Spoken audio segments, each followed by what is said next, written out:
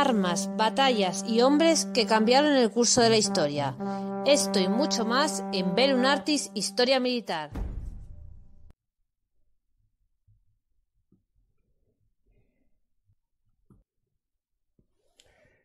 En el lejano oeste hay un estado analfabeto donde no se siente nada salvo los vientos de tormenta. Hola amantes de la historia, esto es Bellum Artis Historia Militar, el lugar de encuentro para nosotros los apasionados de la historia. Volvemos a sumergirnos en las nieblas del tiempo para conocer a los suevos. Soy Francisco García Campa y os voy a acompañar en este viaje que nos va a guiar nuestro amigo Zoilo Hernández, con el que ya conocimos otro pueblo del pasado español que viene también de las tierras muy lejanas. Pero antes de nada, como siempre, os recuerdo que el precio de este viaje por el tiempo es dar a me gusta, dejar un comentario y si queréis compartir en vuestras redes sociales o sobre todo con vuestras amistades, mejor.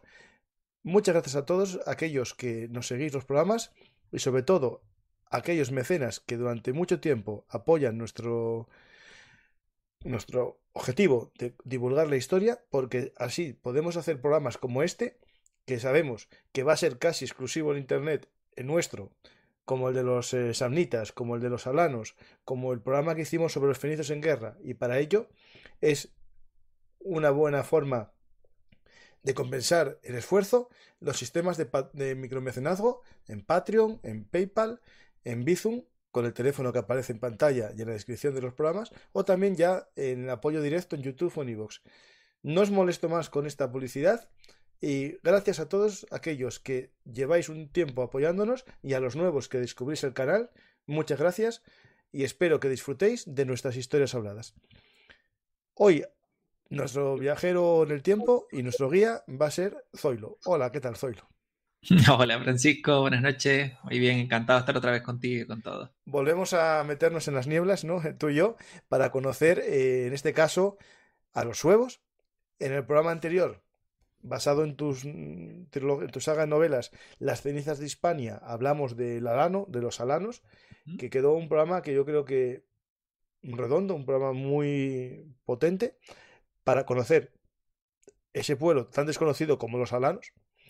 Es cierto que los suevos, bueno, quedan un poco más en España, en la península ibérica durante más tiempo, marcan también, ¿no?, el origen para muchos del reino de Galicia, ¿no?, de la Galicia actual, pero no son muy conocidos. Realmente la mayor parte de los españoles les preguntan a los suevos y pueden decir qué dicen los suecos. y, y la realidad es que son parte de la historia de España que tenemos que intentar sacar de la oscuridad, ¿no? Y el programa anterior que hicimos sobre los alanos logró el objetivo. Medio bromeé contigo que podemos hacer uno sobre los suevos y otro sobre los vándalos y ahí vamos. Vamos haciendo la trilogía y la tetralogía porque con la serie Los visigodos con José Sotochica completamos el círculo de los bárbaros germanos, ¿no?, que conquistaron Hispania. Los visigodos que además siempre fueron como los árbitros, ¿no? Del resto. Siempre estaban ahí, de una manera o de otra, siempre estaban en el ajo, por así decirlo. Pues vamos a profundizar en el tema que tratas en tus novelas. Tus novelas, Las cenizas de Hispania, están ambientadas en esta época. Y la de Lordemano, que hicimos un programa sobre las incursiones vikingas en la península ibérica, también nos da un tema muy interesante que recomiendo a la gente ver también, el de las invasiones vikingas. O incursiones, no, le llamamos incursiones. Creo que lo habíamos Incursiones, llamado incursiones. Sí, las dos primeras incursiones vikingas justo. en la península. Pues ahí tenemos tema para más programas con los vikingos, que es un tema que gusta a la gente. Pues, Zoilo, comenzamos con los suevos. Empezamos. Digamos, de la trilogía de los desconocidos germanos, ¿cuál es el que tú tenías más, o sea, más gusto, que te gustase más? ¿El Alano, porque das título al libro? Yo creo que los más conocidos eran los suevos, ¿no? Sí, sí. Porque son, como dices tú, son los que dejaron un poquito de historia, un poquito de huella. Y es verdad que siempre la forma de referirnos a los tres pueblos siempre es suevos, vándalos y alanos. Entonces suevos siempre iba adelante, ¿no? Y entonces era el que tenía un poquito más de conocimiento. Lo que pasa que, bueno, luego a la hora de bucear en la documentación, pues al final yo lo que quería era un pueblo todavía más desconocido que el suevo y por eso surgió la idea de que el protagonista fuera un alano, ¿no? Pero el Suevo es otro pueblo muy, muy interesante, ¿no? Muy interesante y además básico no solo en la península ibérica, sino también en el occidente posromano, ¿no? Porque llegan a formar el primer reino germánico del occidente de Europa después del imperio. Entonces realmente es uno de los hitos que tenemos en este principio de Edad Media en el oeste de Europa. Pues tenemos a estos macarras que ponen este sello de correos que sacaron en los años 80, banda Es los suevos y buenísimo. alanos, y el pobre ahí legado con cara susto. Pues vamos a comenzar un poco a conocer este pueblo, ¿no? Y este pueblo, como todos los pueblos de la historia, hay que viajar en el tiempo a sus orígenes, ¿no? Que están muy lejos de la península ibérica. Sí, estos están bastante lejos, no tanto como los alanos que habíamos visto en el programa anterior, que estaban más allá del Mar Negro. Estos estaban bastante más cerca, pero a la vez muy lejos de lo que era la civilización romana, ¿no? Los primeros registros que hay de los suevos se refieren a ellos al otro lado de la Galia en el momento de la campaña de Julio César contra los pueblos celtas, ¿no? Esa es la primera vez que aparecen en la historia. Se refieren a un pueblo germánico cuyo origen no está muy claro si llega a ser escandinavo o al contrario es báltico, pero en la zona de la actual Alemania, pero que sí está establecido pues al otro lado del Rin, ¿no? Y con el que César en algún momento tiene pues algún pequeño conflicto, ¿no? De hecho, te voy a decir una intimidad. Mis amigos los címbrios y teutones estaban muy cerca de los suevos. Sobre Sí, todo sí, sí, sí, sí, sí. los címbrios están ahí pegadillos. César le paró los pies muy rápidamente a los suevos y entonces los suevos no llegaron a penetrar ya en lo que eran las tierras de Roma, ¿no? Aunque después, en los siglos posteriores, volvieron a asomarse, ¿no? Volvieron a asomarse en el siglo I después de Cristo, volvieron a asomarse en el tercero, y muchas veces no ellos solos, sino que formaban parte de confederaciones de otros pueblos germánicos, ¿no? Marcómanos, cuados, alamanes, siempre contaban entre sus huestes, cuando intentaban entrar en tierras de Roma, con estos suevos belicosos, ¿no? Y así llegamos, pues bueno, en estos primeros 4 siglos, 5 siglos, donde conocemos lo que son los suevos, pero en ningún momento pues logran adentrarse en lo que eran las tierras del imperio. Aquí una, una anécdota, ¿no? Que es muy, muy característica de los suevos, ¿no? Es su famoso peinado suevo, ¿no? Ese nudo suevo. En la época ya de contacto con Hispania, ¿se podría ver a los suevos con este look de este moño lateral? Pues por lo que parece, no, no Pues es que está es muy anterior, esta claro. es época, digamos, sí, sí. Es de la época de César, ¿no? Es de la época de las guerras de las Galias, no ya en la época tardorromana. Sí, sí, lo digo porque es lo típico de ellos que yo, por ejemplo, en mi libro doy la teoría de que sí, podría, a lo mejor, pero no estaba muy claro y en la época posterior ya desaparece. Seguro que por influencia cultural de otros pueblos o Probablemente. incluso un cambio religioso, a lo mejor también. Podría tener un significado religioso porque siempre aparece en contextos funerarios también a veces.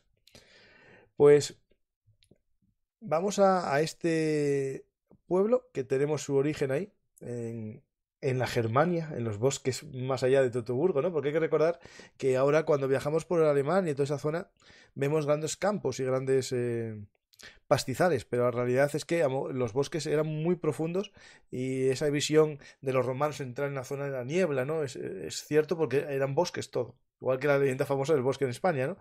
El mundo cambió mucho el paisaje, la agricultura y la rotación de tierras. Y claro, esta gente, cuando entra en contacto con Roma, ¿hay algún motivo? ¿Algo les empuja? Porque a veces en las invasiones bárbaras siempre hay una razón interna, a lo mejor una hambruna, una guerra civil, o un externo que les empuja a ellos hacia el territorio contrario al empuje, ¿no? Sí, en este caso lo que ocurre es cuando empiezan a moverse los pueblos de la estepa, ¿no? Los pueblos, unos empiezan a moverse desde Oriente y al igual que empujan a alanos y godos hacia el imperio en su parte oriental, pasadas las décadas, terminan también haciéndose notar en aquellos pueblos germánicos que estaban en la frontera del Rin, ¿no? No la del Danubio, la que ya habían tocado, sino en el Rin, ¿no? Y esto ocurre pues a principios del siglo V, y suevos, ándalos y alanos, como siempre parece que van de la mano a partir de este punto, se encuentran en el margen oriental del Rin durante estos primeros años del siglo V hasta el año 406, en el que el 31 de diciembre, que dentro de poco hacemos pues una efeméride, porque ya estamos cerca del fin de año, pues ese 31 de diciembre la superficie del Rin se congela. Estamos hablando de un año muy, muy frío para congelarse la superficie de un río tan, tan amplio, ¿no? Ya no hay inviernos como los de antes. No, no, no, no. Todo va cambiando. Y entonces ese es el momento que aprovechan pues suevos, vándalos, alanos, pero también otros muchos pueblos para cruzar, ¿no?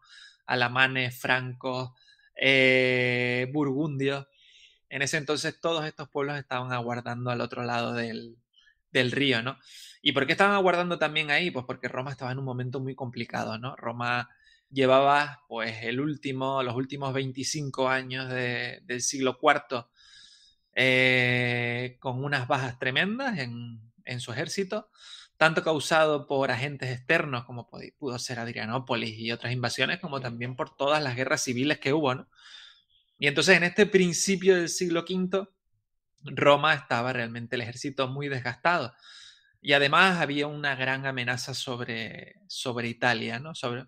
Que lo que hizo fue que las tropas se concentraran en Italia para defender Milán y defender Roma, ¿no? En ese entonces llegaba Alarico, llegaba otro godo muy famoso, Radagaiso, en la época. Y entonces, pues la frontera del Rin se había dejado prácticamente desguarnecida, confiando en que no fuera necesario hacer un gran esfuerzo porque el río iba a mantener a los bárbaros alejados. Y se dio pues la fatal circunstancia del congelamiento, ¿no? Que siempre mucha gente piensa que el río es un buen sistema defensivo. Los romanos volcaron toda su defensa en ríos, y la realidad es que los ríos son lugares de transporte y con barcas se puede cruzar, pero el problema es que en los inviernos de aquella época era muy habitual que se helasen, más que ahora. Porque y no estoy hablando de un cambio climático, por si acaso alguien me dice que eso, sino por las oscilaciones térmicas, hay microglaciaciones de vez en cuando y también cambios de clima. Es decir, yo siempre recuerdo que en Britania había uvas, es decir, había vino britano y era muy famoso. Y después dejó de haberlo por el tema del frío. Es decir, hubo un enfriamiento según muchos autores, es una de las múltiples causas de la caída del Imperio Romano. Lo digo porque estamos en esta época justo también, ¿no? Siglo V. Sí, en este siglo V, sexto se comenta eso, que fue una época, una pequeña glaciación, no, pero una bajada de temperaturas que hizo que el clima variara de forma ostensible y se produjeran pues las típicas hambrunas, enfermedades, y que esto, claro, terminará condicionando a un estado tan potente y tan organizado como el romano. Claro. Bajó la recaudación fiscal y a partir de ahí todo ya va de la mano. Y el comercio. Pues vamos hablando de esa llegada, ¿no? Ese asentamiento temporal en la Galia. Se congelan y cruzan a la Galia, ¿no? A buscar el lugar que para muchos la Galia era siempre un lugar interesante de estos pueblos. Yo me acuerdo, los cimbrios y teutones pasaron mucho tiempo también allí, porque comparado con Germania era mucho más rica, los campos eran más cultivables y era un lugar interesante. Sí, mucho más fértil y además con menos accidentes geográficos también que lo que podía ser Hispania, ¿no? Entonces era siempre una zona muy demandada y precisamente esos vándalos y alanos se asientan durante 3 años en lo que era la Aquitania gala, ¿no? Muy cerca de Hispania realmente.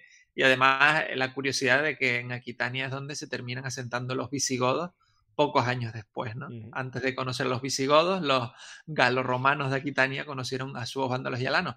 Pero lo cierto es que apenas tenemos ningún registro sobre lo que ocurrió allí durante esos 3 años. Realmente cuando volvemos a saber de estos 3 pueblos es cuando cruzan los Pirineos y terminan adentrándose en la península ibérica. Ujú. Pues llega a la península ibérica que en este momento bueno, está un poco, digamos, fuera de mano, ¿no? Es decir, era importante digamos, vital para Roma porque era las minas de oro, esas minas de oro que están justo más o menos en la frontera de los suevos y de hecho unas batallas posteriores, que hablaremos de ellas seguro, de los visigodos tenían el objetivo un poco de expulsarlos de la zona del actual Bierzo, por ahí, que sería el límite, ¿no? Pues Hispania, pese a estar en la Finisterre, ¿no? Era vital para los romanos por las minas de oro de la zona bueno, de las Médulas y de Asturias también, ¿no? Sí, era un territorio muy rico, pero a la vez, al ser un territorio muy alejado Mm. y al no estar cerca de ninguna frontera, al final lo que pasaba era que en ese siglo V parece ser que ya no existían realmente guarniciones como tales, aunque la Notitio Dignitatum contara que había algunas unidades, lo cierto es que parece ser que cuando esos vándalos ya nos penetran, ya no hay ningún ejército regular en la diócesis de Hispania, ¿no? Antes incluso de que llegaran los vándalos y alanos, en el año 406, 407, se produce un ataque por parte de un usurpador, Constantino, venido precisamente de Britania, un emperador, bueno, un general britano que se arrogó él mismo la púrpura tratando de enfrentarse al emperador Honorio, perdona, el realmente heredero de Teodosio. Pues Constantino, cuando desembarca desde Britania en la Galia, primero trata de conquistar Hispania antes de dirigirse hacia Italia, precisamente para evitar ser atacado por la espalda, ¿no? Cuando Constantino llega a Hispania, manda sus tropas, manda a su hijo Constante y a su mejor general en ese entonces, un bretón que se llamaba Geroncio. Cuando ellos penetran en la Hispania de la época, no hay ningún ejército que les haga frente. Entonces ya sabemos que cuando llegaron sus vándalos y alanos no había tampoco ejército porque 3 años antes tampoco había, ¿no? Es interesante y es clave en la llegada de esos vándalos y alanos porque el hijo de Constantino y su general Geroncio terminan derrotando a aquellos que seguían apoyando a Honorio en la península ibérica, que no eran ni más ni menos que sus familiares, porque la familia de Honorio venía de la antigua diócesis hispana, porque Teodosio fue el último emperador hispano del imperio, ¿no? Una vez derrotados estos pro-honorianos, Geroncio, que era realmente el general que venía con el hijo de Constantino, eh, considera que en lugar de ser Constantino emperador, él podría ser tan emperador como Constantino. Y entonces termina eliminando a su hijo Constante y alzándose él desde Hispania, ¿no? Geroncio era un gran militar, pero también quería que hubiera una cabeza visible, un títere, que fuera el que se convirtiera en emperador con él detrás, ¿no? Y lo que hizo ahí fue valerse de un noble de Tarraco, de la actual Tarragona, se llamaba Máximo, y lo que hizo fue que este hombre se alzara como usurpador y él ponerse a su servicio y dirigir sus tropas, ¿no? Ujú. Lo primero que hicieron fue llamar a vándalos, suevos y alanos del otro lado de los Pirineos para que apoyaran su... No, no aprendemos, ¿eh? Ya es el primer caso de pedir refuerzos a alguien que después se queda con todo. Y luego te sale mal, luego te sale mal. La verdad que Geroncio tuvo un inicio arrollador en su reclamación del trono. Venció inicialmente a Constantino, pero luego, una vez llegaron sus vándalos y alanos, fue derrotado frente a la ciudad de Arlé, de Arelate. Geroncio tuvo que volver a toda prisa, fue traicionado por sus hombres, fue asesinado en Tarragona, Máximo tuvo que huir y todo esto ocurrió cuando ya sus vándalos y alanos estaban dentro y ya se habían repartido con ellos, pues de las 7 provincias de la diócesis hispana, se las habían repartido todas, salvo la tarraconense, que se había quedado todavía con obediencia a Roma, Baleárica, las Islas Baleares, y lo que era el norte de África, que era la Tingitana, ¿no? Salvo esas tres, el resto se las repartieron pues estos tres pueblos que les llegó caído del cielo, ¿no? Realmente ellos llegaron de un sitio donde convivían en una superficie pequeña tres grandes pueblos y llegan a una superficie enorme y muy rica. Ni se veían ya. Que les tocó el regalo de Reyes anticipado. Claro, porque hablamos de contingentes pequeños, a lo mejor harán unos 30.000, 40.000 guerreros, no más. Mira, muy, muy poquito. Se ha visto que lo que dices tú, o sea, alanos parece que podían ser 20.000. No, 20.000, al final, hombres en edad de batallar, la cuarta parte, la quinta parte, son 4.000, 5.000 hombres, ¿no? Los suevos se estima que eran unos 30.000 y los vándalos, que eran los más numerosos, sí eran 80.000, ¿no? Pero los vándalos estaban divididos además en dos tribus, ¿no? En asdingos y silingas. Por eso también era la mayor importancia demográfica, ¿no? Y llegan a un territorio muy extenso, con una población, no está muy claro, pero puede ser de unos 5 millones de habitantes. Claro. Entonces, realmente, demográficamente no pueden ser una fuerza relevante porque son muy poquitos, ¿no? Pero Pero terminan con asentándose. pocas ganas de luchar ya. Con muchas ganas de saquear tenían No, ellos, no, no digo, muchas ganas. los hispanoromanos muy pocas ganas de luchar tenían ya. Sí, ya ellos hacía tiempo que no lo hacían Ujú. y a esas alturas ya estaban convencidos de que o venía Roma o Roma enviaba federados o ellos no iban a estar luchando por defenderse, ¿no? Salvo alguna excepción que luego la comentamos. Pues tenemos ya la llegada aquí a la península ibérica y tenemos la constitución, ¿no? En el reparto que se hace entre los bárbaros, a los suevos le toca Galicia, la Galaica. Sí, a los suevos, en un primer momento, suevos y vándalos asdingos se reparte en Galaesia, ¿no? Es un territorio muy pequeño y muy pobre para dos pueblos. Cuando la cartaginense, que es enorme, y la lusitania, que es muy grande, y la bética, que es muy rica, terminan dividiéndose entre alanos y silingos nada más, ¿no? Ujú. Esto provoca que haya roces. Realmente no se conoce que haya habido roces entre suevos, vándalos y alanos desde el cruce del Rin hasta ese momento, ¿no? Eran tres pueblos que tampoco sabemos muy bien por qué avanzaron juntos siempre, pero en el año 418, 419, empezó una guerra ya seria entre los suevos y los vándalos, ¿no? En ese entonces Roma se da cuenta de que lo mejor es dividir, como ha hecho durante Ujú. muchísimos años a lo largo a lo largo y ancho de todo el Mediterráneo, y decide apoyar a los suevos. ¿Por qué? Pues porque los vándalos son mucho más peligrosos y son mucho más combativos. Entonces, en el momento en el que los vándalos terminan cercando y bloqueando al pueblo suevo en un lugar que se llama Montes Herbáceos, que no sabemos muy bien cuáles son, pero se supone que están en Galaesia, cuando terminan bloqueándolos, Roma decide intervenir y apoyar a los suevos. De esta manera los vándalos tienen que huir y se retiran a la Bética.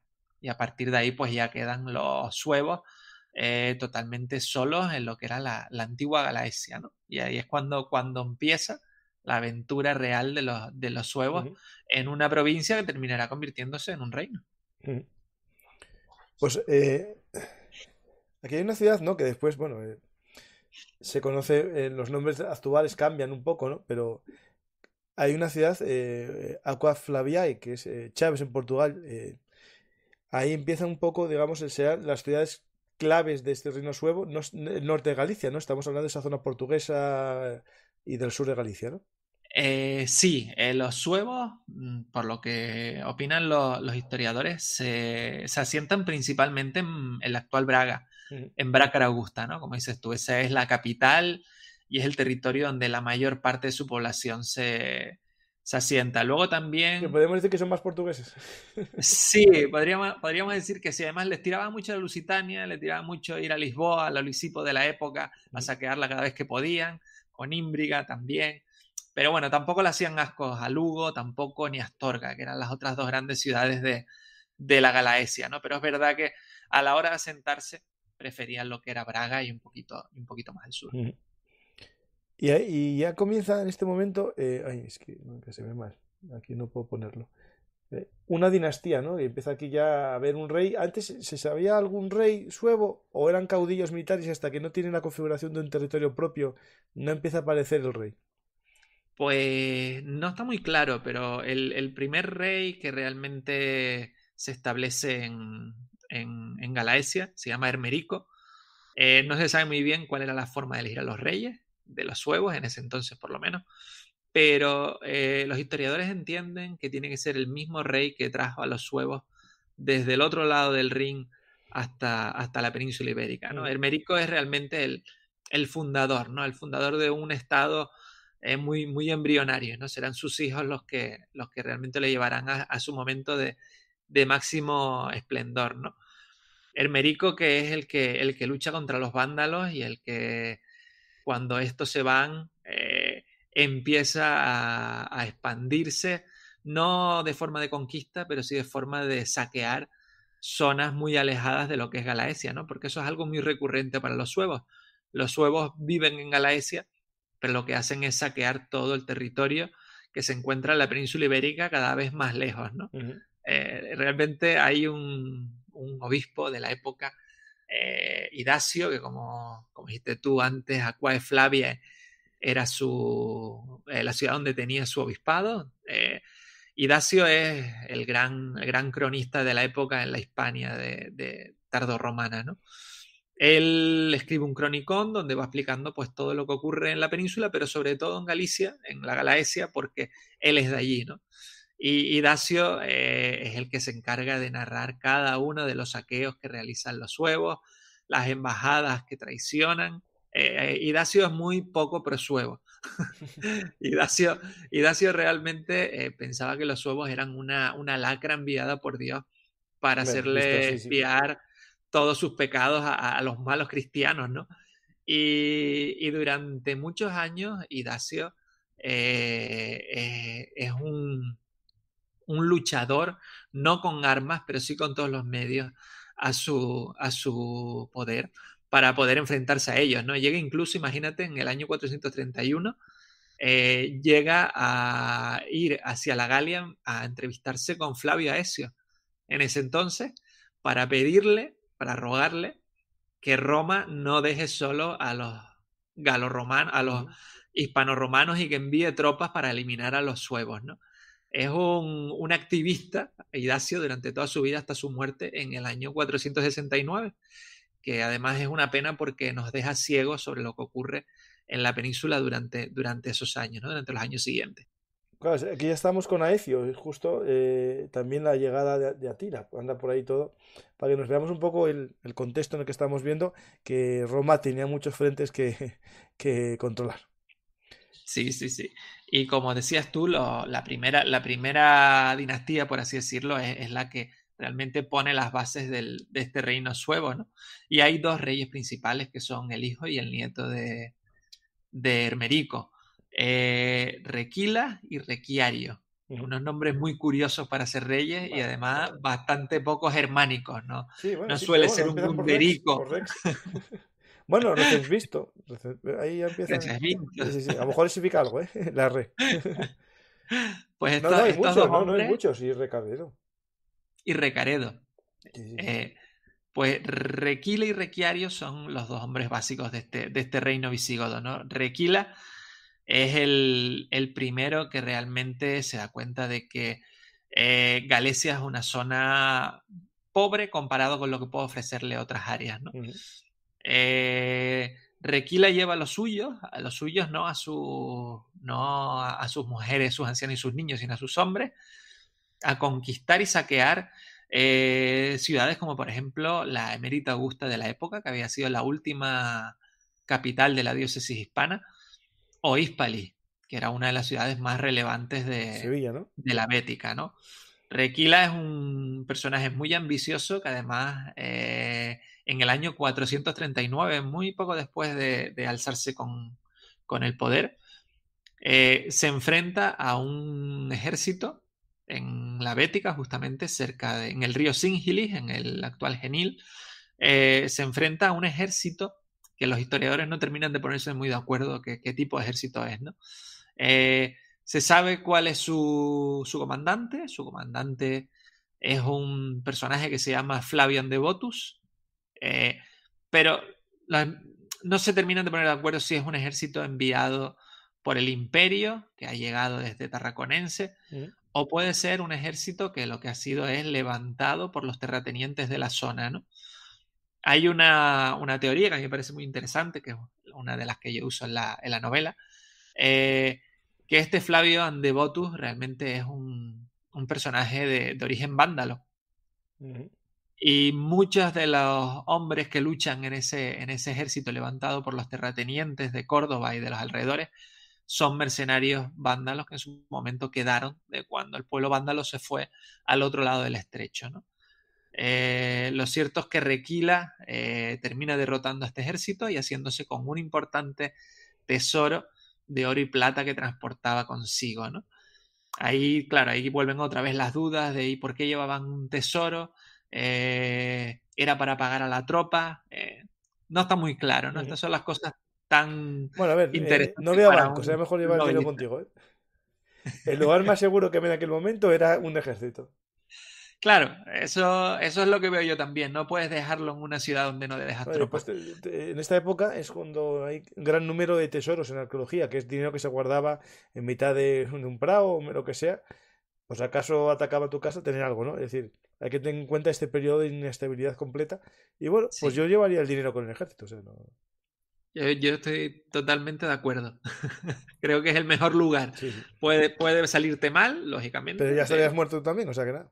pero sí, ya no te importaría, no te importaría Ujú. tanto. Pues este hombre Requila es fundamental para, como te digo, para ir saqueando diferentes lugares fuera de Galaesia. Y su hijo Requiario, que lo sucede unos 10 años después de su muerte, también es muy importante porque es el primer rey germánico del occidente posromano. Primero, que se convierte al catolicismo, Ujú. al credo niceno, por tanto, eso le granjea en algunos casos cierta simpatía por parte de los hispanoromanos, que eran católicos nicenos, ¿no? Y luego también es el primer rey germánico que emite su propia moneda, Ujú. que la llaman la silicua, ¿no? Una silicua donde también pone al emperador Honorio y trata él de asemejarse al emperador que todavía está en Roma, ¿no? Requiario es muy importante y sigue también las directrices de su padre. Requiario va saqueando allá por donde pasa, dejando sus bases en Brácara, pero saqueando todo lo que encuentra. Incluso Requiario eh, llega un momento en el que decide unir sus bandas guerreras a los temidos bagaudas, ¿no? Los bagaudas que eran estos esclavos De todo. fugados, desertores, toda la escoria del mundo, ¿no? Por así decirlo, que se reunía Otros que dirían que para gente saquear. libre. Gente libre, Depende cómo gente enfoquemos libre de ahí. atadura, de cualquier tipo de atadura, que se han juntado con unos suevos que tampoco tienen muchas ataduras y entonces pues saquearon Ilerda, sitiaron Zaragoza, que es Zaragoza, imagínate lo Ujú. lejos que llegaron en todas sus andanzas, ¿no? Entonces esto al final va provocando que Roma llegue un momento en el que se decida a responder, ¿no? Porque vemos que desde que se fueron los vándalos, en el año 429 más o menos, llevan más de 20 años los suevos haciendo lo que les ha dado absolutamente la gana en la península ibérica, ¿no? Claro, pero aquí los romanos como que reaccionan con sus contratas, ¿no? Claro, Aquí exacto. yo Ellos no no tengo estaban, suficiente, pero tengo dinero, mira. Y, no estaban para mucho, y no estaban tengo, para y mucho. tengo estos aquí visigodos que están aquí asentados en la zona sur de Francia, de la Galia. Y bueno, si me los mandan para otro lado y me matan a la mitad, mejor, casi mejor. Sí. Y Ojalá no además, les salga muy bien esta batalla y que me quede en la si, mitad y pues ya voy a por ellos. si pierden los dos, ¿no? Claro, claro. Gano En este yo. caso, además, el emperador romano, que era Eparquio Avito, Avito además era muy amigo de los godos, por así decirlo. Era un galo romano Ujú. que había estado en su momento, tenía sus negocios con Teodorico el godo, ¿no? Y entonces de esa manera también quería pues premiar a sus aliados y entonces pues les ordena adentrarse la península ibérica y acabar con el reino suevo, ¿no? Esto suena muy impresionante. Y como dices tú, cerca en la zona del Bierzo, un poquito más allá de León, en el río Órbigo, hay una gran batalla donde estos visigodos del rey Teodorico II destruyen por completo al ejército suevo, ¿no? El ejército suevo no era un ejército... Yo creo que es cerca del Hospital de Órbigo, ¿no? Muy cerca, muy cerca. Claro, no eran un ejército muy potente, ¿no? Sobre todo no eran potentes comparado con el ejército visigodo que 5 años antes había destruido Atila. Claro, estaban en los Claro, campos catalúnicos. Que claro, hicimos hace poco con José Sotochica un programa que recomiendo sobre Atila versus Aecio, y ahí hablamos sobre la batalla de los campos. fantástico, que es un programa fantástico y José Soto es, vamos, es único. Bueno, pues él le gustan tus novelas, que te digo yo, que me puso en contacto contigo, me pidió tu teléfono, si no recuerdo mal.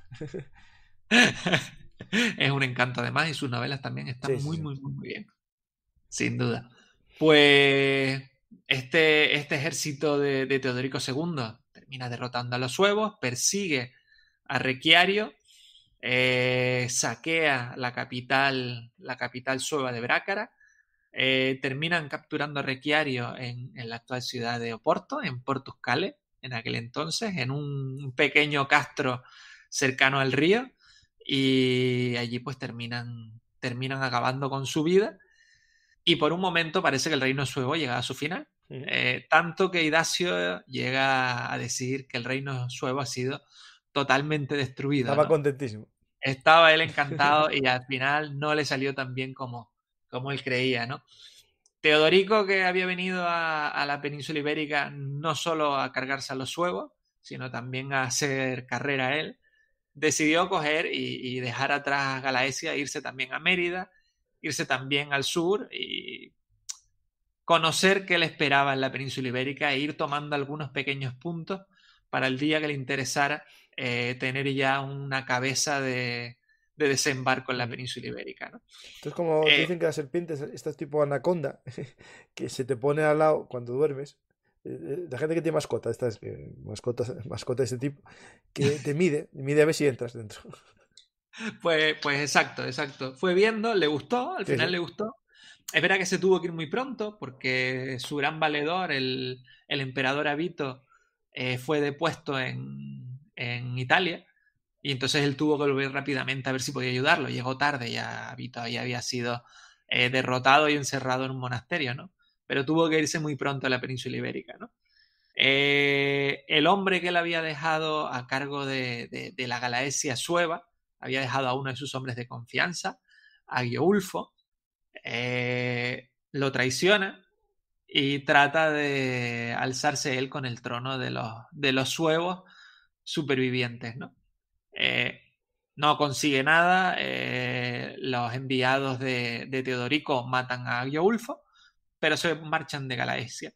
Y entonces de esta manera los reductos suevos que habían quedado, como decía Idacio, en lo más profundo de los bosques, como decías tú antes, terminan alzándose nuevamente y volviendo a poner otra vez el reino suevo en el mapa, ¿no? Un reino suevo mucho menos extenso y mucho menos dinámico que lo que había sido con la primera dinastía, ¿no? Aquí se suceden varios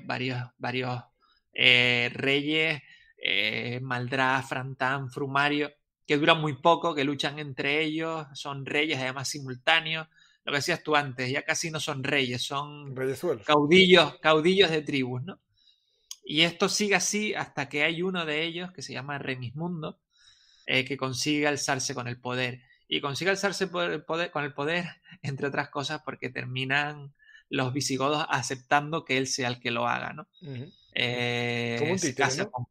se casa con una hija del rey visigodo y de esta manera los visigodos le permiten que reine sobre una Galaesia mucho más pequeña de lo que habían tenido sus antecesores, ¿no? Y esta es la época en la que además estos suevos luchan con un pueblo desconocido. Este siglo V en Hispania es muy curioso porque aparecen nombres de pueblos que desconocíamos por completo. Ni siquiera eran nombres de pueblos que tuviéramos de época prerromana. Y uno de ellos es el de los Sí, aunonenses, sí. que no sale hasta ahora, ¿no? Y se supone que es un pueblo, que no se sabe si muy bien, un pueblo hispano-romano, Montaraz. No se sabe muy bien si estaban cerca de Tui o bien en los montes de Orense cerca de León, ¿no? Pero lo cierto es que durante años luchan contra los suevos hasta que una embajada visigoda consigue poner paz entre suevos y este pueblo Montaraz Yo una pregunta de que me algún hago, ¿qué lugar ganaban perdido. ellos? ¿Qué ganaban los visigodos con que los suevos no tuviesen golpes por ahí? Eran los árbitros y Sí, al sí, sí. final, como había hecho en su momento Idacio con Aecio, los hispanorromanos comprendieron que el único árbitro al que podían recurrir ya no era Roma, sino eran los visigodos que estaban al otro lado de las montañas, ¿no? Visigodos que 50 años después ya no estaban al otro lado de las montañas, sino ya Ya estaban encima. después de la batalla de la Bulle terminan asentándose ya Eso para definitivamente conocer un en poco Eso. cómo los visigodos pasaron del reino de Tolosa al reino de Toledo, hay que ver la serie con José Sotochica sobre los visigodos, que completa perfectamente tu saga sobre los otros tres. Pues Sí, tenemos... son coincidentes, son 4 pueblos coincidentes. Sí, sí. Yo siempre digo que los godos siempre estaban por encima de ellos, ¿no? Siempre tienen un recorrido No, y mucho de hecho, mayor. Son literalmente, como en un el hermano mapa mayor. vienen de más arriba también. También es verdad. Una pregunta que hacen aquí en el chat, que Ujú. creo que es el momento mejor para hacerla. Cuando comentas que son primeros que se convierten al catolicismo, ¿no? Porque muchos se convirtieron al arrianismo por el contacto que tuvieron por la Sí, zona norte de Constantinopla, bueno, la zona norte del Imperio Romano de Oriente. Estos como vinieron casi directamente, ¿no? A lo mejor entraron ya directamente al culto católico. Pero la religión, me preguntan, la religión tradicional sueva, si es germánica pura o tiene muchos elementos de Celta Galia, de la Gala. En principio era germánica pura, por lo poco que se sabe del momento de César en la Guerra de las Galias, Ujú. ¿no? Eh, Al igual que los vándalos, es un pueblo que cuando penetran el imperio ya son cristianos arrianos, lo que decías tú. Ah, ya fueron arrianos antes. Vale, Ya eran cristianos arrianos cuando vale, vale. entran en el imperio. Llevaban no se sabe cuánto tiempo, pero ya promulgaban esa fe, ¿no? Como muchos de los tervingios y ereutungos, de los godos que entraron en su momento en Oriente, ¿no? Eh, y el primer rey que se convirtió al catolicismo fue este hombre Requiario, ¿no? Ya llevaban ya pues casi unos 40 años dentro de territorio romano, ¿no? Y no era tan habitual, porque si pensamos, el primer rey visigodo que se convierte al catolicismo, al credo niceno, lo dijiste tú antes, era Sí, sí. Recaredo, ¿no? Y Recaredo es en el 585, más o menos, no recuerdo muy bien, 586 creo. Entonces, son Adelantados. 150 años después de lo que Ujú. Requiario se convirtió, ¿no?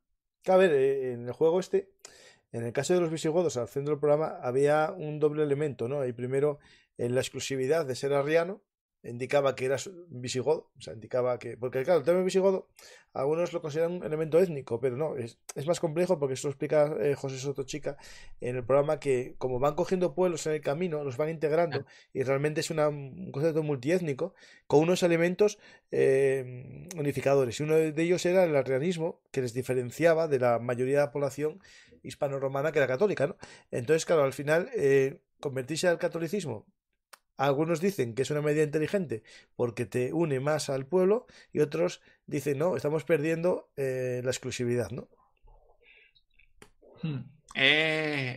Como dice José Soto, es el pueblo de los Visi, es fascinante porque realmente lo que dice él, no hay una pureza étnica, porque imaginemos cuando llegan tervingios, reutungos, más alanos, más taifalos, eh, pasan 50 Ujú. años recorriendo todo el Mediterráneo, añadiéndose a su hueste desertores, esclavos. Es increíble, ¿no? La cantidad de culturas diferentes que pueden convivir ahí, ¿no? Y ellos, como dices tú, el arrianismo era básico para ellos. En ese entonces había obispos arrianos, que eran los visigodos, y luego los obispos católicos, que eran los hispanos romanos, ¿no? Esto justamente trata de cambiarlo el hermano de Recaredo, Hermenegildo, ¿no? Y eso provoca una guerra civil.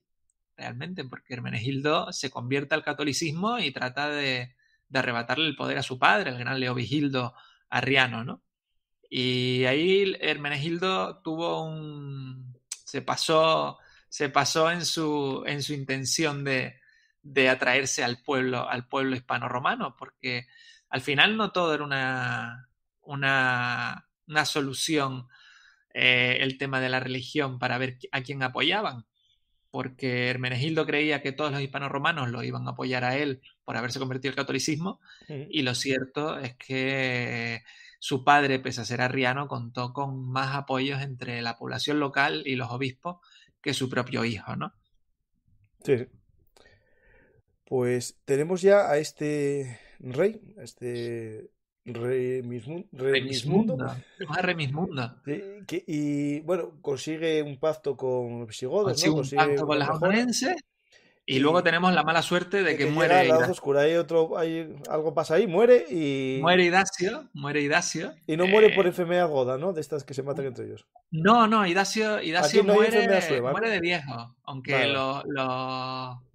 los suevos casi le hacen una enfermedad goda unos Mm. poquitos años antes, porque tanto que protestaba Idacio y tanto que iba por ahí echándole sermones, lo secuestran y lo tienen durante un tiempo en un castro, y puede que ahí su salud se resintiera un poco, ¿no? Pero lo cierto es que terminan liberándolo y muere a los poquitos años, muere en el 469, ¿no?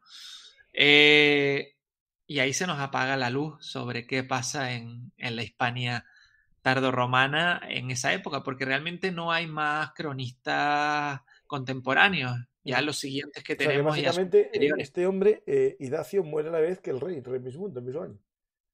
Sí, Y mueren llega a justo. decir que, o sea, es posterior la muerte de la del rey. O en las Creo crónicas que no cita la muerte del rey. muere un poquito antes Remismundo y luego Vale, muere entonces le da justo. tiempo a ponerlo en el... Sí.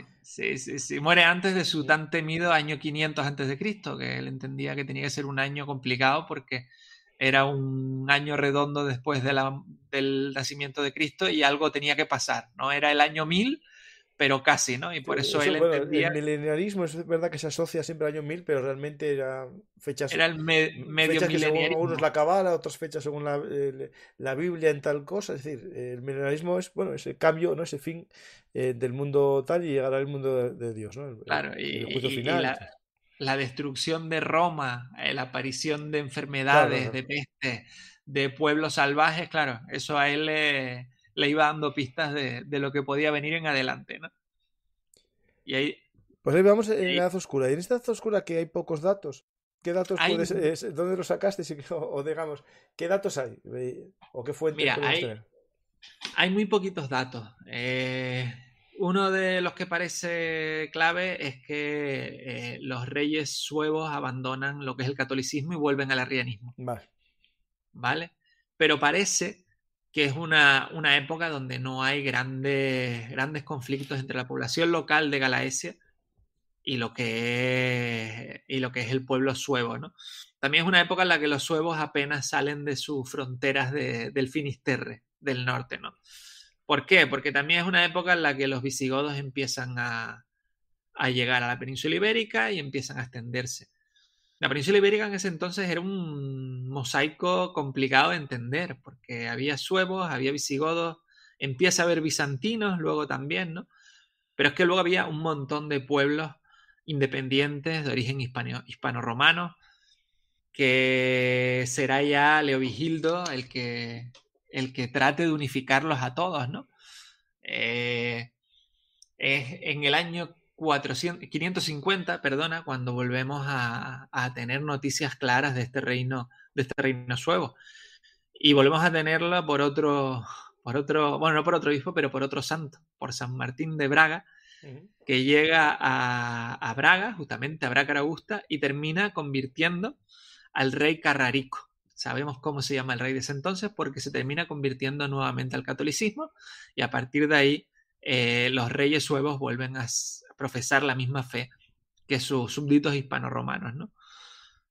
Es la última luz que tenemos antes del fin de este reino suevo, ¿no? Que ocurre unos 35 años después, ¿no?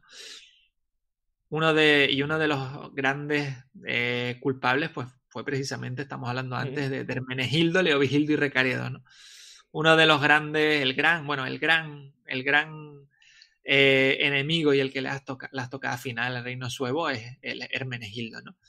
Hermenegildo... Sí, que me suenan las campañas contra los suevos. Sí, de hecho, no sé si recuerdo mal, este Hermenegildo hizo unas campañas contra Vascones y Asturias a la vez. Es que hizo contra cántabros, hizo contra vascones, también contra los aregenses, que era un pueblo que estaba cerca también de Galaesia, también contra la Oróspeda, también contra los bizantinos. Fue el Punisher de la zona.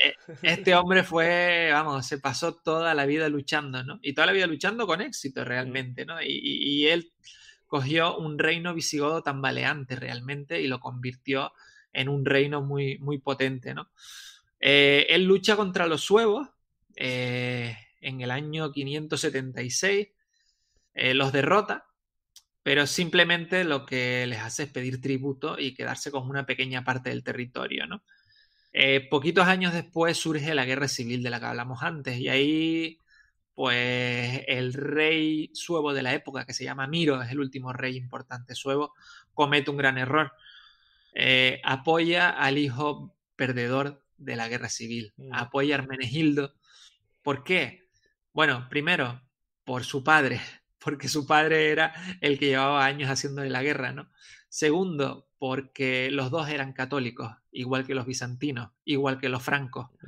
Y entonces todos los enemigos que en algún momento habían sido derrotados por Leovigildo, el arriano, todos católicos, terminan uniéndose para intentar derrotar a Leovigildo, ¿no?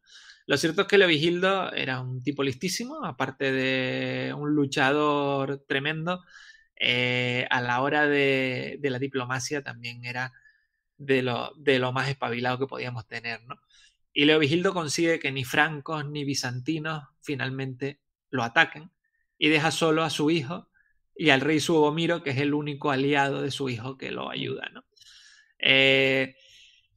Leovigildo, en el momento en el que tiene a su hijo asediado en la fortaleza de Oset.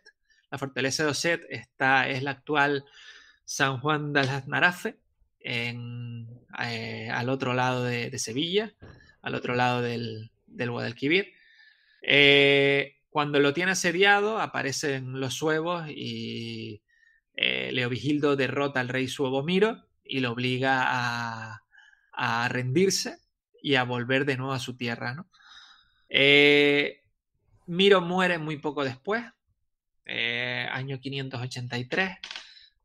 No se sabe si muere a partir de las heridas de la batalla, si muere de enfermedad. Lo cierto es que el reino queda muy tocado, ¿no? La derrota frente a los visigodos hace que el hijo de Miro, Eborico, sea depuesto al año siguiente de subir al trono por su cuñado, Audeca, y Audeca es el último rey suevo que existe, porque Leovigildo, en cuanto termina derrotando a su hijo, que lo termina capturando en la ciudad de Córdoba, tarda muy poco en subirse hacia el norte y terminar lo que empezó unos años antes, ¿no? Leovigildo derrota a Audeca, se hace con todo el territorio y además algo muy simbólico que hacían estos pueblos germánicos es se apropia del tesoro. Porque el tesoro hay que recordar que es un tesoro, aunque los reyes cambiaban mucho y con un orden sucesorio extraño, el tesoro sí pasaba, digamos, porque era el tesoro del rey y pasaba siempre de un pueblo a otro y eso era vital. Y de hecho, unos pocos, y no se enterró con todo, Teodorico cuando murió y se entierra en el río, es con parte, pero el resto, la gran parte del tesoro, llega hasta España y están incluso cosas que se sacaron de Roma, ¿no? La menorá, decían también, una de las cosas, ¿no? La menorá, la tabla, la mesa del rey Salomón, hay muchísimas cosas que claro, siguen a la tribu, al pueblo, desde sus orígenes, ¿no? Y eso es realmente el alma del pueblo. Apoderarse del tesoro era realmente acabar con el alma del pueblo, claro, del pueblo suevo, y eso es lo que consigue Leovigildo al final. Es algo además muy simbólico, ¿no? Lo que él hace. Después hablan que ahora somos obsesionados con el dinero y con las joyas. Siempre fue.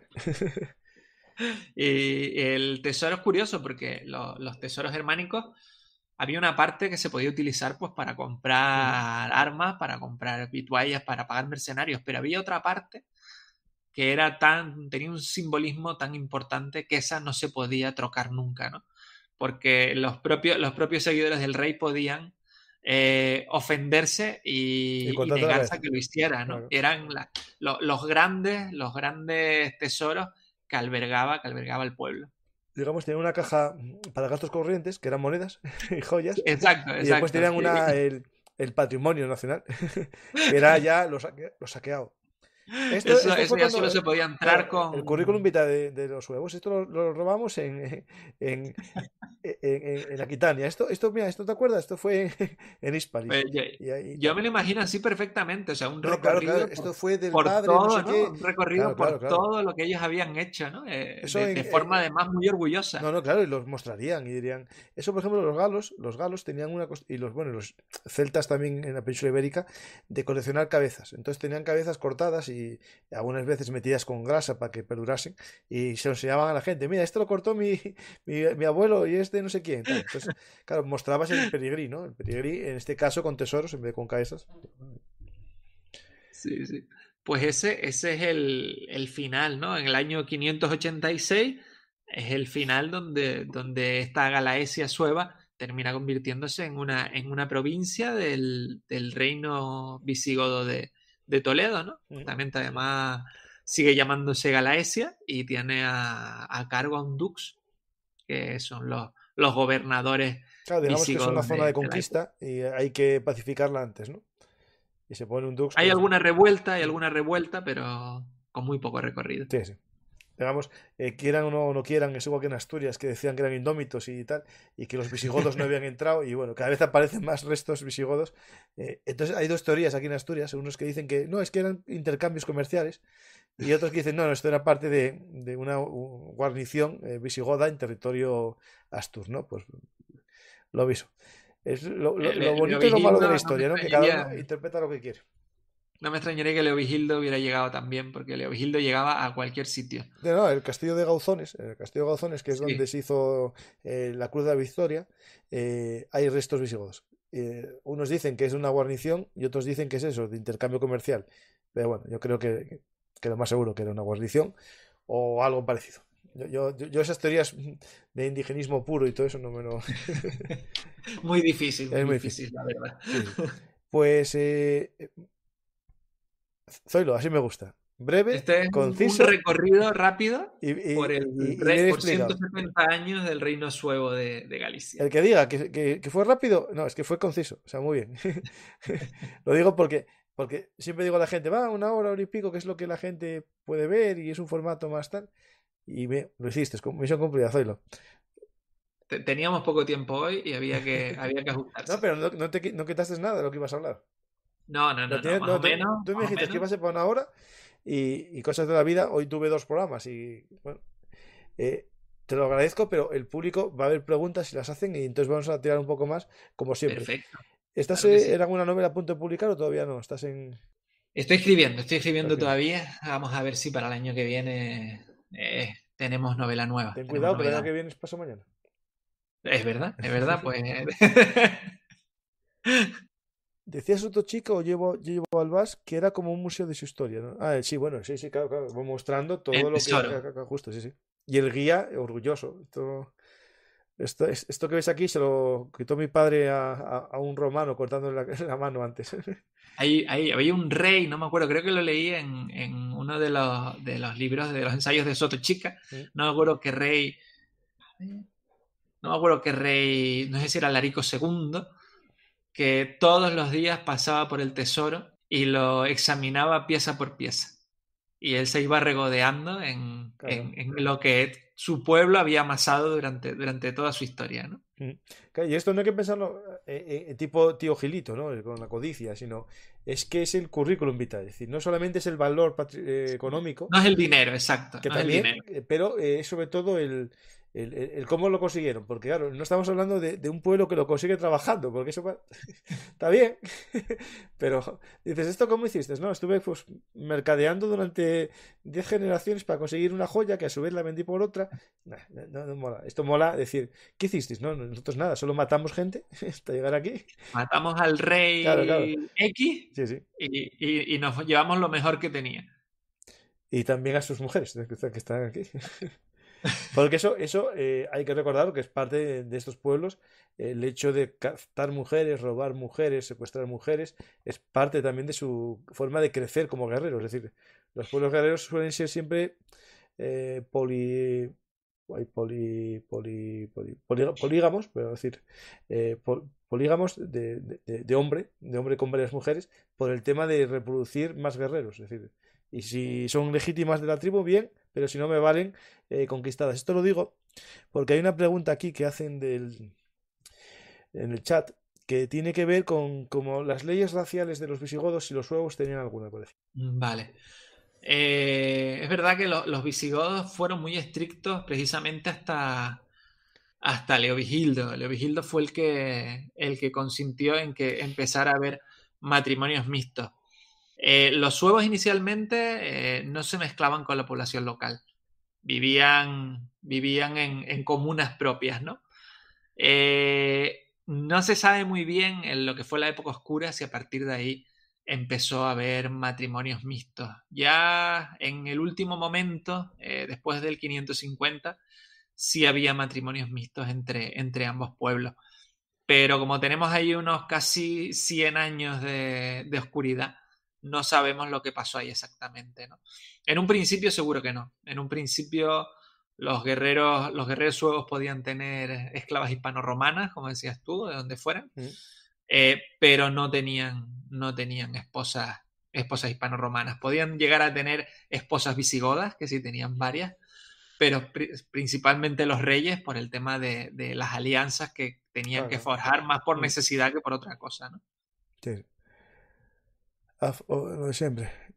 ¿Cómo hubiera tratado Cayo Mario a los suevos? Pues te digo yo, como a los simples o los teutones. O sea, sin a contemplaciones. hierro y en el libro relato que en la batalla de Aquas Sestiae, durante mucho tiempo, de la cantidad de muertos que hubo en el campo de batalla, dio muy buenas cosechas esa tierra.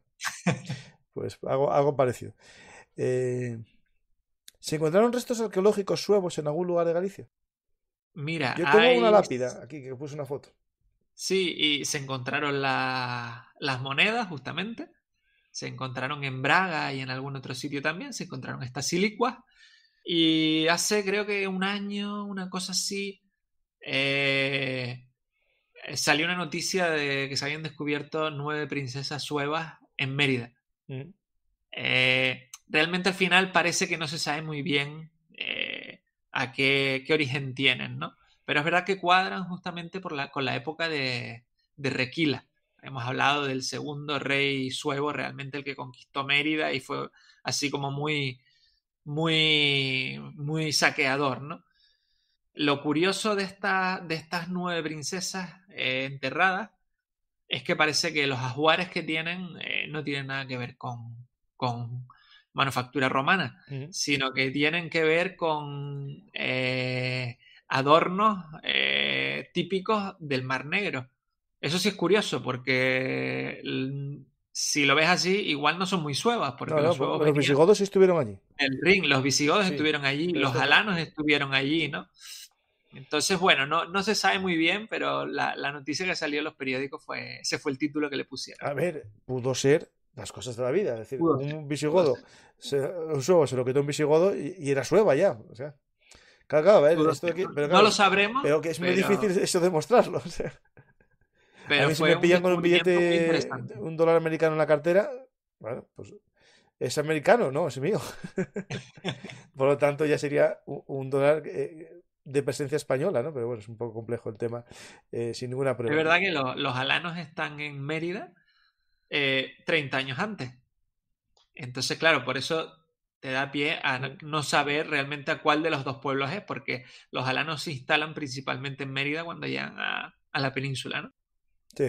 Aquí hay uno que comenta que él cree que, o creyó, Conorio dice que los arrianos se convirtieron al cristianismo, al catolicismo en España directamente, que no pasaron por ser arrianos. Los suevos. Sí. Los suevos en principio cuando llegan a la península son arrianos, por lo menos eso es lo que dicen. Habría unos que sí y otros que no. Probablemente. Claro. Los que sí estaba claro que no eran en ningún momento cristianos eran los alanos. Esos ni arrianos ni católicos. En cambio, los vándalos también eran arrianos cuando entraron. Idacio decía. Aquí. Vale. Los godos que fueron así. Aquí está. ¿Y se sabe si saqueaban también iglesias al hacerse católicos? Bueno, pues en teoría ya no, pero el dinero es el dinero. Si la iglesia no es tuya, pues a lo mejor sí. Yo creo que ya no tenía ningún problema, ¿eh? Si la iglesia es visigoda, ya no es mía. Porque Requiario fue, mira, con lo que están apuntando, Requiario, que fue, como te dije, el primer monarca que se convirtió al catolicismo, Requiario fue famoso porque la ciudad de Tarazona la destruyó por completo y mató al obispo. Entonces igual no tenían muchos escrúpulos, ¿no? Sí. Preguntan por aquí si algún tema que te gustaría tocar y no has hecho en novela. ¿En novela? Bueno, la novela actual que está haciendo. La novela actual, la época de Hermenegildo, Leovigildo, Recaredo es interesantísima, por lo menos me lo parece. La verdad que este siglo V, VI tiene un montón de cosas fascinantes, la verdad. ¿La equipación militar era indistinguible de la tardorromana? ¿O los pueblos germánicos tenían alguna característica propia como el sax? Tenían los sacs, las escramas de los godos, ¿no? Pero realmente las panoplias eran muy similares porque al final... Porque se barbarizaron los romanos, ¿no? Se barbarizaron los romanos y al final los bárbaros también conseguían todo el equipo que tenían los romanos una vez entraban dentro del territorio. De hecho, en el programa que hicimos de los campos catalónicos, el avance de los hunos parecía que iba buscando siempre las fabricáis para ir buscando. Exacto. Y como los romanos eran un poco pardillos y no quemaban los almacenes, pues... Igual que Alarico realmente después de Adrianópolis lo que trata es de conseguir zonas donde haya fabricae para equipar a los suyos, ¿no? Y los equipa a la romana, claro. Sí. Dicen aquí uno que la España vacía de antes eran las ciudades, cierto. Menguaron todas de tamaño. La pregunta que dicen aquí de David, creo que la hice ya, espera a ver. No la metiste. Sí, se encuentran... Sí, está. Pero no, más o menos preguntas que hay ya están hechas. Voy a dejar un minutín para la última pregunta. Y nada, Zoilo, pues ha sido un placer hablar de los suevos, los salanos, nos quedan los vándalos, que yo creo que tienen migas, esos tienen migas. Vamos a tener que hablar de ellos, Vamos a tener que... No podemos dejarlos a los pobres, que ya tenemos que hacer el recorrido. No, porque estos vienen y nos desmontan el chiringuito. O sea, son los vándalos, no lo olvides nunca. A ver si hay alguna pregunta más. No, ya más o menos está. Pues gracias a la gente, que hay bastante para conocer a los suevos. Eso me anima a seguir tratando temas como estos que otros canales no los tratan. Y yo creo que lo que marca la diferencia de Bellum Artis es estos programas que nos unen a los amantes de la historia, ¿no? Es decir, hay cápsulas Nespresso, que están muy buenas, o cápsulas no sé qué, que están buenas también, pero donde esté un buen café, hecho con un molinillo y que incluso te caiga el café porque al hacerlo manual es más complejo, pero le da un mejor gusto al café, ¿no? Pues el café de los buenos cafeteros tiene también estos aromas, ¿no? O incluso este de autor. Este fue rápido, esto es un corto, no sé, un corto. Yo el resto es para también, no, corto, sí, yo creo que sí. Decís corto, ¿no? También, ¿no? Un corto de café. Sí. Café corto. Sí. A ver si hay alguna más. Y si no, ya, Zoilo, pues tenemos recomendación, que no puse la portada, es verdad, se me olvidó, de los vikingos, que nos quedó muy chulo. Y hablamos ahí de los combates entre el reino de Asturias y los vikingos. Bueno, en tierras de los suevos. Hasta avión costado de hierro sacamos, hasta el de la serie de vikingos y todo. Sí, sabía él, sí, es verdad, sí, señor. Y una pregunta, así, en el tema de ventas, o así, un poco discretamente, estamos aquí en directo. ¿Llama más la atención los vikingos por ser vikingos o estos pueblos de la historia de España real? Es decir, a ver si me entiendes, ¿los visigodos venden menos que los vikingos o venden más? Mira, por números no lo sé, pero realmente cuando yo saqué la trilogía de la Hispania tardorromana, nadie sabía de suevos, vándalos y Claro, por alanos. eso, por eso. Y era muy poca la gente que de primeras lo veía en una librería y le llamaba la atención, porque no es un periodo que La la portada gente es muy demande. llamativa, ¿eh? Sí, las portadas son A mí me gusta. espectaculares. Son espectaculares y se vendió muy bien. La trilogía se vendió muy bien y todavía se sigue vendiendo, ¿no? Pero es verdad que a nivel editorial, es verdad que se suelen preferir épocas, como dices tú, como los vikingos o como la Edad Media, ¿sabes? Que tengan un tirón mayor, que a la gente le llamen más, ¿no? Yo es verdad que en cuanto a números, pues más o menos yo creo que han ido bien las dos, han ido parecidas. Ujú. Pero es verdad que desde el mundillo editorial siempre tira más eso, pues un vikingo. Ahora igual estamos en una época donde está llamando mucho toda la época de los descubrimientos Ujú. también. El mundo romano siempre Siempre, sí. un éxito, ¿no? Pero Son tira más esas. del mundo romano, la época republicana y de Augusto, que el resto.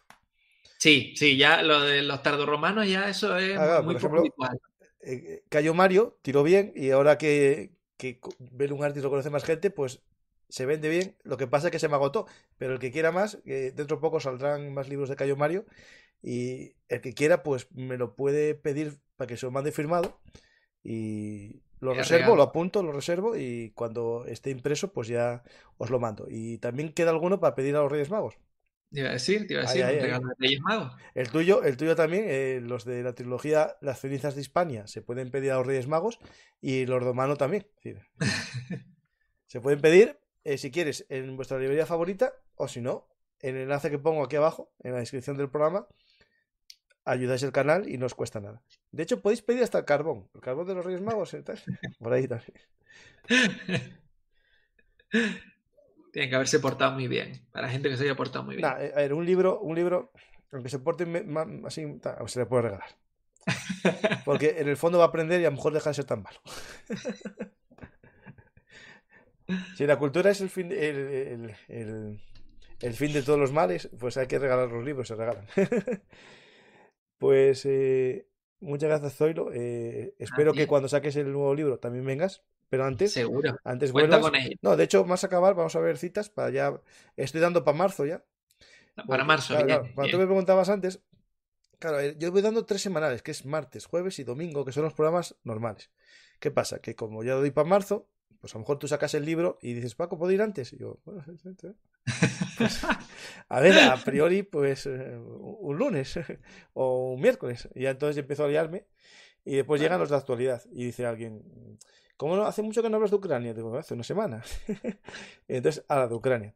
Y me llega otro y me dice, Paco, tengo aquí en mente un programa sobre los persas, sobre, no sé, sí, sobre Irán. Nada, pues anda, toma, Irán. Y al final me lío. Por eso la gente hago muchos programas y es un poco sacrificado y cansado. Pero, ¿cómo decir que no? Como decía mi madre, no sabes decir que no. Y de hecho me lo decía un jefe que falleció con esto, con el COVID, decía, es que eres demasiado bueno, no sabes decir que no. Pues la realidad es que también cómo os voy a decir que no. A la gente que vino aquí a un programa cuando empezaba, tú fuiste de los que vino así al comienzo, que éramos 4 amigos, ahora somos más y yo soy agradecido y por eso a los que sois digamos, de toda la vida, pues tenéis un hueco siempre, aparte del martes, jueves y domingo. Pues muchas gracias, Zoilo. Voy a ver si hago una pregunta más ya para acabar, porque dicen que duró muy poco. Podríamos hace como dedicarnos a matar una hora, suevos, ¿no? pero Creo yo. para Navidad es un libro de la infancia de Cayo Mario. Bueno, debe ser muy traumática. ¿Por qué está ligado a nuestro teléfono? A ver, ¿por qué está ligado a nuestro teléfono Google y YouTube que te pone dónde estás, que te pone anuncios de que te falta espacio en teléfono de memoria? ¿Es por los vikingos? Ok. No sé no, eso es un fallo que tienes. Ah, vale, no. El chaval, el que lo dice, debe tener la memoria del móvil ocupada y la caché no le deja reproducir los vídeos. Ah, vale, Va a vale, ser vale, eso, va a vale. ser eso. Vale, vale. Eso da caché. ¿Usaban arqueros a caballo? Los suevos No me no, suena, no no. tanto, no se conoce No, tanto. los, Los godos sí. los godos tenían después también lanceros, Mm. que era su unidad. ¿Todos estos pueblos germánicos, suevos, godos, teutones, etcétera, proceden de Escandinavia? No, estos proceden un poco más abajo. Estos parece que sí, que proceden de Dinamarca, la zona norte de Alemania. Ah, Tengo un cacao importante al respecto. Pues mira, si quieres quitarte un poco del cacao, entre los cimbrios y teutones te lo soluciono yo. En el libro Cayo Mario, tercer fundador de Roma, te vienen las teorías de algunos. Y es lo que dicen, es la zona de Dinamarca, unos hacia el Báltico y otros hacia el Mar del Norte. Es la zona de las mayores migraciones. Hay mm. hablando de un cambio climático que hizo que la subida del nivel del mar inundase muchas tierras y entonces, bueno, se fuese por ahí también parte de las causas. Los vándalos sí parece que llegan de Escandinavia también como los godos, ¿no? Ujú. ¿Creéis que la historiografía no les ha hecho justicia a los suevos? No, el problema es que no tienen libros casi. No tienen datos, no tienen fuentes. Entonces, la Tiene muy historia... poquito, tiene muy poquito. Y eso que sí son un pueblo que dejaron huella, ¿no? No fueron como vándalos y alanos que pasaron y no dejaron nada, ¿no? Es verdad que, a ver, como los godos, parece que los suevos eran un pueblo que se adaptó bastante bien al territorio donde estaba. Parece ser que adaptaron la ley romana, se adaptaron también a su religión al final, a la administración. Entonces realmente son pueblos que Mm, se mimetizan con el sitio donde están, ¿no? sí. No, pues no, si ves un anuncio, no, no hagas nada de caso a esos anuncios de YouTube. Tú das saltar anuncio y ya está. Porque a lo mejor es una de estas cosas raras de...